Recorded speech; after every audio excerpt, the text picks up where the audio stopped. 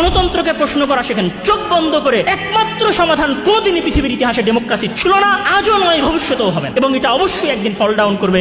যে পৃথিবীর হাজার লক্ষ বছরের ইতিহাসে শুধু কি গণতন্ত্রই ছিল? গণতন্ত্র তো এসেছে আজ থেকে 300 বছর আগে। মানে 300 বছর আগে এই পৃথিবীতে কোনো শাসন ব্যবস্থাই ছিল না, এই পৃথিবীর কোনো দেশেই কোনো শান্তি ছিল না, এই পৃথিবীর কোনো দেশেই কোনো শ্রেষ্ঠ শাসক আসেন নাই। এটা কি যুক্তিযুক্ত কথা? ইসলামের ইতিহাসের যে 1500 বছরের শাসন ব্যবস্থা, সেই শাসন ব্যবস্থায় কি কেউ গণতন্ত্রের মাধ্যমে, বর্তমান নির্বাচনী সিস্টেমের মাধ্যমে ক্ষমতায় এসেছিলেন?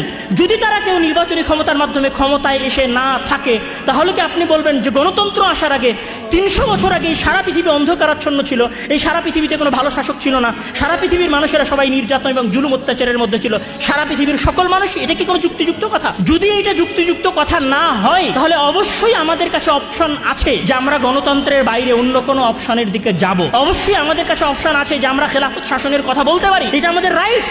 গণতন্ত্র তোমরা নিয়ে এসেছিলা ইউরোপিয়ান অন্ধকারাচ্ছন্ন যুগের কারণে। তোমরা যখন অন্ধকারের মধ্যে ছিলা 500 খ্রিস্টাব্দ থেকে নিয়ে 1500 খ্রিস্টাব্দ পর্যন্ত, ওই সময় তো আমরা মুসলমানেরা অন্ধকারের মধ্যে ছিলাম না। সুতরাং গণতন্ত্র তোমাদের প্রয়োজন, আমাদের প্রয়োজন নয়। ডেমোক্রেসির সবচেয়ে বড় মূল ভিত্তি যদি হয় জনগণের শাসন কায়েম করা, তাহলে আমি বলবো যে বাংলাদেশের যত রাজনৈতিক দল আছে তাদের সবাইকে আগে এই বাক্যে একমত হওয়া উচিত যে বাংলাদেশের জনগণ কি গণতান্ত্রিক সিস্টেম চায় নাকি বাংলাদেশের জনগণ ইসলামিক শাসন ব্যবস্থা চায়। আগে এইটার উপর ভোট হতে হবে, তারপরে ডেমোক্রেসির বিষয়ে ভোট হবে, তারপরে নির্বাচনের আয়োজন হবে। আপনি লক্ষ কোটি জনগণের মনের বাসনা কামনার কথা শুনলেন না, আর বলছেন যে ওকে বাংলাদেশে ডেমোক্রেসি কায়েম হচ্ছে, মানে জনগণের শাসন কায়েম হচ্ছে।